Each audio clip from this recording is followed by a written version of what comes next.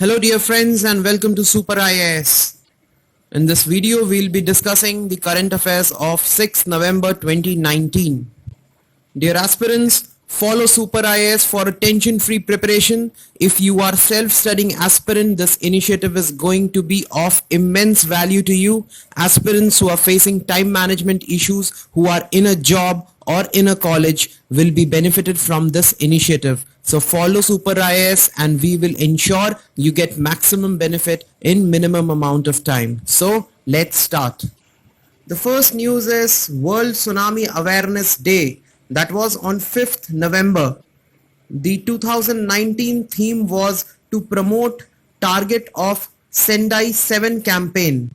Now you all must be knowing that the Sendai framework deals with disaster management, and Sendai 7 campaign deals with reducing disaster damage to critical infrastructure and disruption of basic services.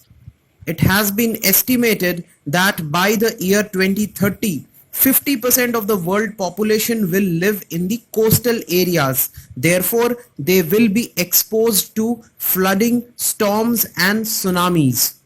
Therefore, we need to build infrastructure which are resilient to such coastal hazards. We need to develop early warning system and educate people regarding these hazards.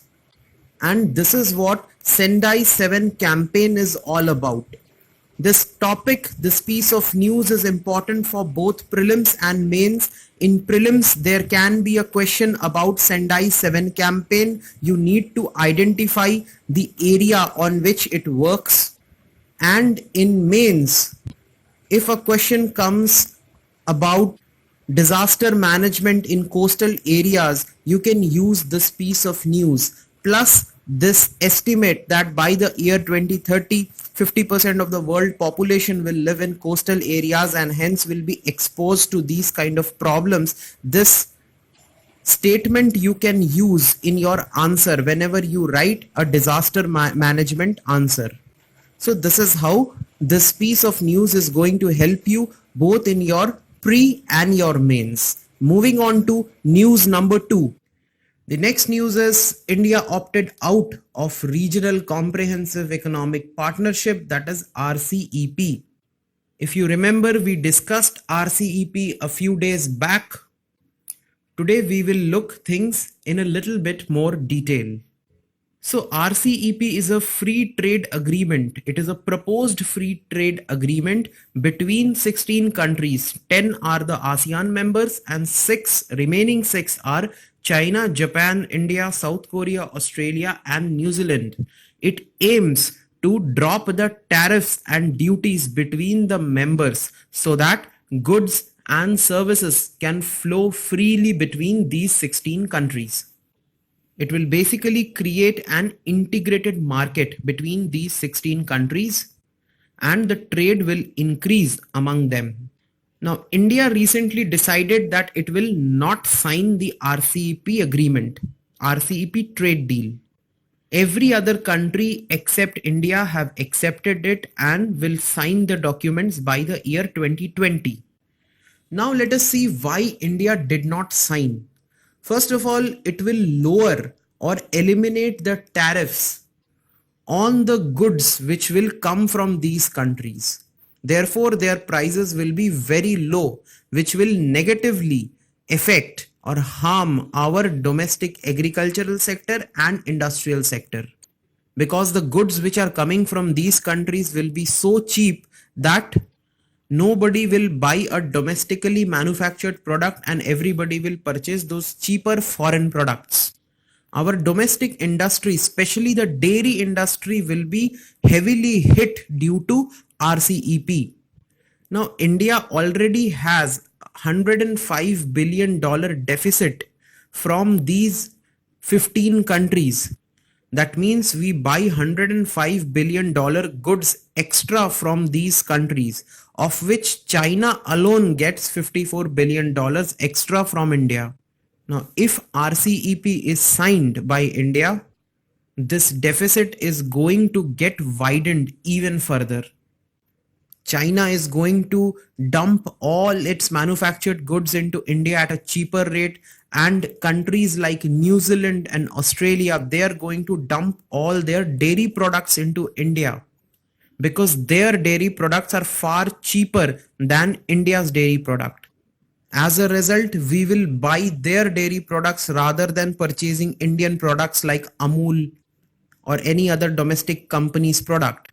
So within a few years, companies like Amul will go out of business and all the people associated with Amul will be unemployed suddenly. That we cannot let to happen. Therefore, India did not sign RCEP. Now, RCEP will also hit our Make in India initiative. Under Make in India, we want to improve the domestic industry sector. But when we can purchase cheaper finished goods from these countries, there will be no domestic industries and hence there won't be any job creation. Then there is a clause of rules of origin under the RCEP, under which any non-partner countries, means countries apart from these 16 countries, can route their product through any one of the member countries into our country. Now, suppose Canada is not a partner country, but it can route its product through one of the member countries into India through these rules of origin clause. So India is not very happy with this rules of origin clause. Now again, because of RCEP, China will definitely dump in more products into India. Then India was also not very happy about the 2014 base year. Since 2014, we have increased a lot of import duties on many countries on many kind of products. If we have to go back to 2014, then our import duties will be reduced drastically, which will severely impact Indian interest. So therefore, this 2014 base year clause is also not suitable for India. So this was the general reason why India did not sign RCEP. There are certain particular reasons in the context of agriculture, in the context of farmers, why farmers were particularly upset with RCEP. Let us see those reasons.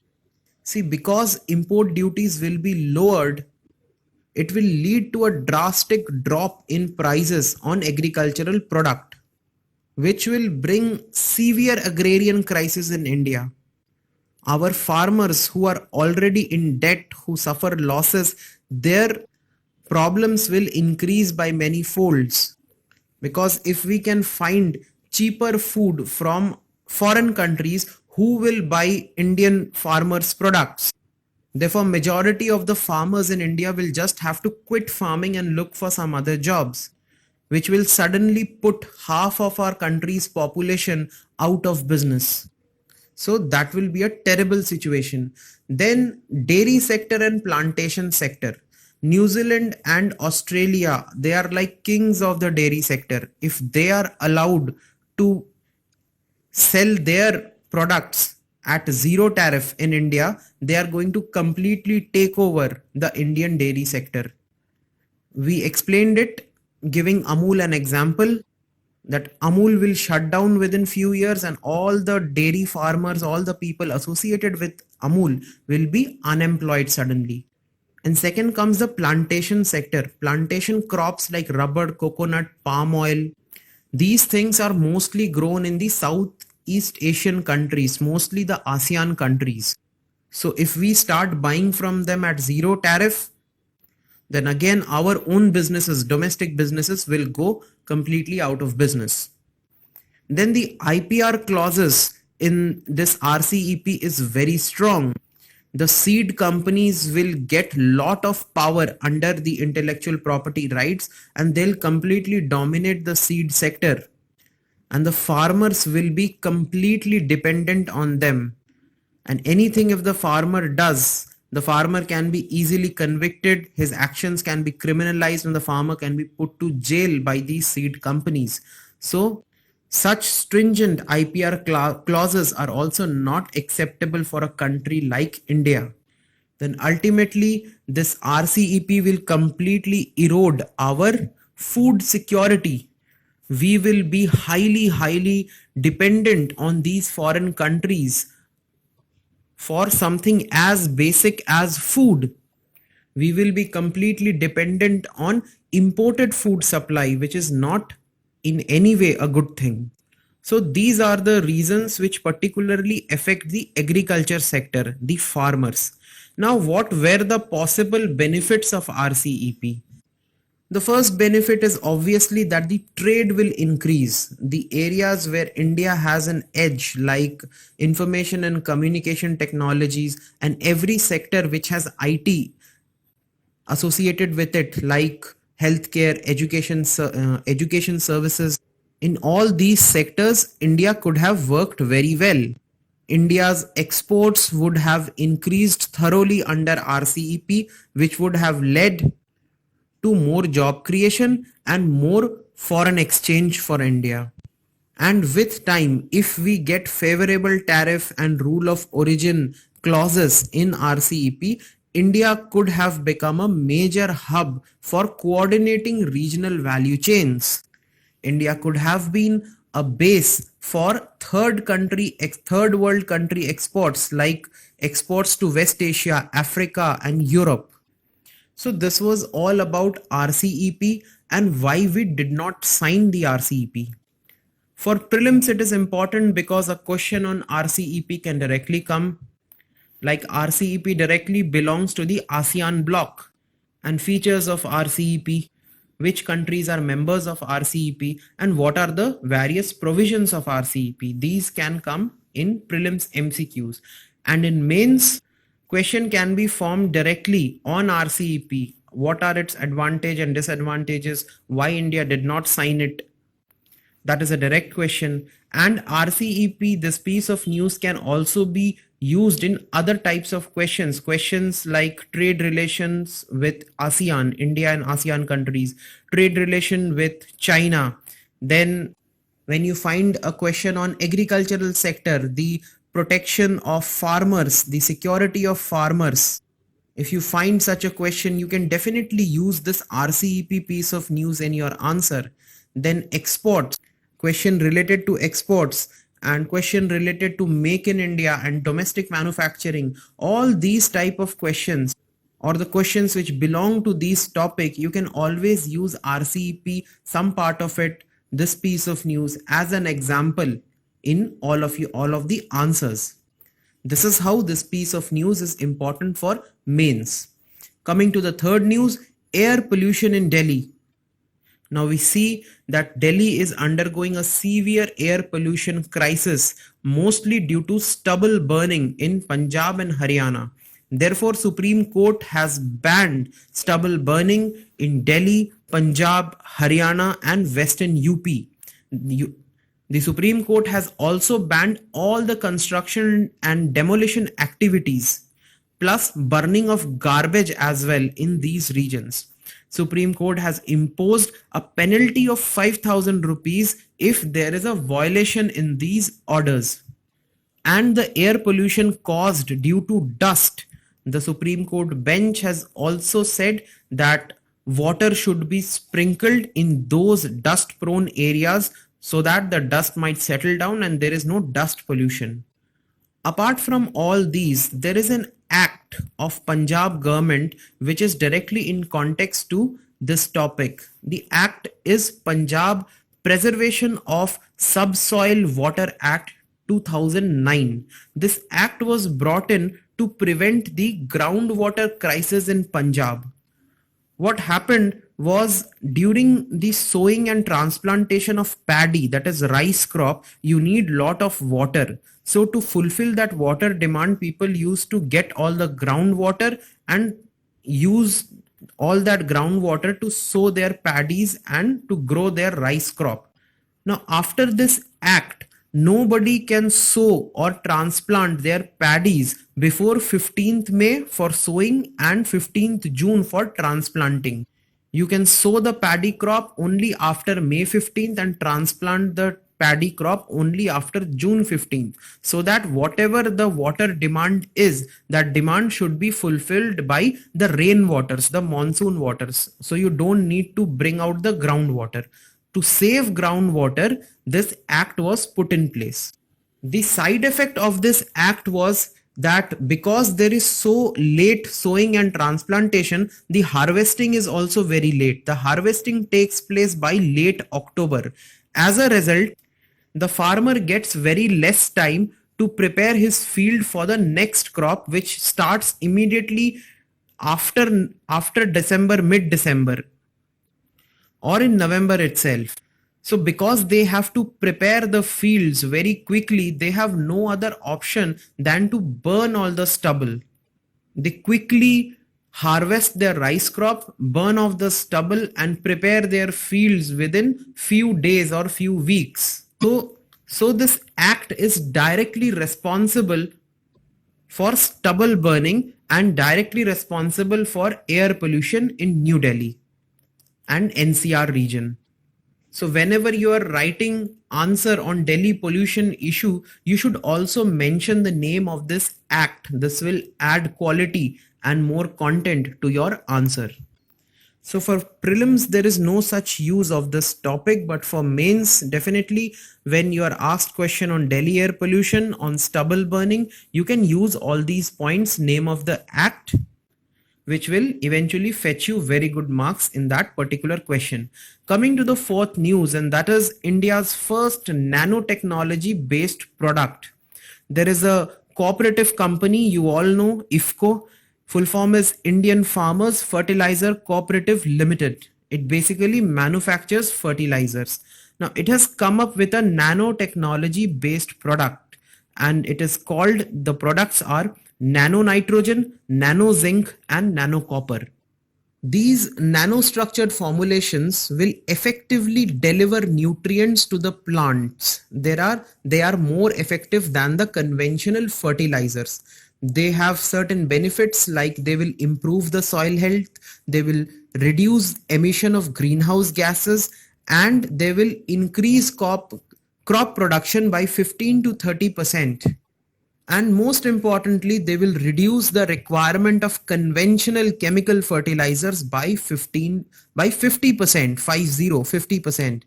Then there is nano copper, which apart from giving nutrition also gives protection to plants. It will enhance the plant's immunity against harmful pathogens.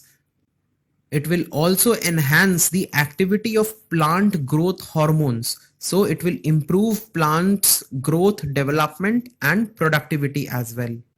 For prelims, it is useful because there might be a question where you will be asked what are the uses of nanotechnology. There will be a list given and you have to identify what are the correct uses of nanotechnology, and if there is agriculture in the option, then agriculture will be one of the right options, because the example is in front of you that nanotechnology can directly be used in agriculture sector. Then these IFCO products can also show up in a prelims MCQ question, so just learn about them. Then for mains, question on uses of nanotechnology. Then if there is a question on use of technology in agriculture, fertilizers use and abuse, how you can prevent the abuse of fertilizer. So through these nanotechnology products, you can prevent the abuse of fertilizers. Then there can be a question on sustainable agriculture. How can we make our agriculture more sustainable, environment friendly? So this piece of news can be used as a solution to the harmful effects of agriculture in our environment. So this is how this piece of news is so important for your prelims as well as your mains. The fifth news is world's first drug for Alzheimer's disease. Now China has claimed that it has created the first drug for Alzheimer's disease. The drug has been created by a seaweed. It is a multi-targeting carbohydrate based drug. The name is GV971. It is extracted from a brown algae. Now there are around 320 drugs developed by various pharmaceutical companies which are set for clinical trials, and this is one of them. This drug can be taken orally by the patient. Now, what is Alzheimer disease? It is an irreversible and progressive brain disorder. Irreversible means it cannot be cured back, means the brain cannot be repaired, and it is progressive. That means it continues to get worse and worse with time. With time, slowly the patient's memory gets destroyed, his or her thinking abilities gets destroyed, and the patient is unable to carry out even simple tasks, making his or her life completely miserable, and they become completely dependent on others. This disease increases with age. So the most people who suffer from these disease are mainly the elderly people. Right now, nearly 50 million people are suffering from this disease, and China has highest number of Alzheimer cases in the world. In prelims, you can get a question on Alzheimer. What is it? What are its features? Or you can be given a question on GV971. You have to identify this drug, which disease does it treat, or what this is all about. In mains, you can get a question directly on Alzheimer or on mental diseases in India. In that case, you can use this example, this drug, this finding somewhere in your answer to enhance the quality of your answer. The sixth news comes from Ministry of Finance. Ministry of Finance has launched two IT-based initiatives. First is Ice Dash and second is Atithi app. Ice Dash basically deals with custom clearance of imported goods. It will help people to see the daily custom clearance at various ports and airports. So if you are importing anything from foreign countries into India, you can see the custom clearance status of your goods. So it will enhance the ease of doing business in India. The second thing is Atithi app, which is basically facilitating the arrival of international passengers. With the help of this app, international travelers can file their customs declaration in advance, means whatever they are bringing along with them, they can declare it before even they reach India. So any dutiable item, anything on which duty is allotted, any currency which they are bringing in, they can declare it even before they land in India, which will save them from all that hassle they have to go through the customs when they enter into India. So this has done to encourage, this has been done to encourage tourism and business travel in India.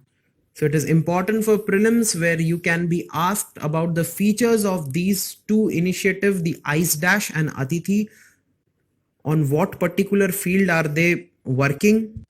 And for mains, you can use it in a question where you're dealing with ease of doing business issue. You can use Ice Dash as an example, and whenever you're dealing with boosting international tourism in India, you can use the Atithi app as an example in your answer. So that is all for today's current affairs. Hope it was helpful. Thank you for listening.